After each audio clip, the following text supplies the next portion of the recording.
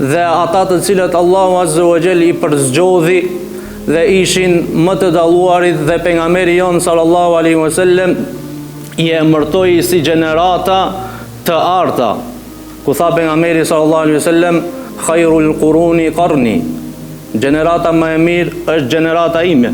Pastaj tha thumma alladhina yalunahum, pastaj ata të cilët vinë pas tyre, pastaj ata të cilët vinë pas tyre. Pra 3 gjeneratat e para janë gjeneratat e përzgjedhura prej anës Allahut Azza wa Jall dhe janë gjeneratat më të mira, për shkak se ata e adhuruan Allahun Azza wa Jall dhe ndoqën sunnetin e Muhammedit sallallahu alaihi wasallam.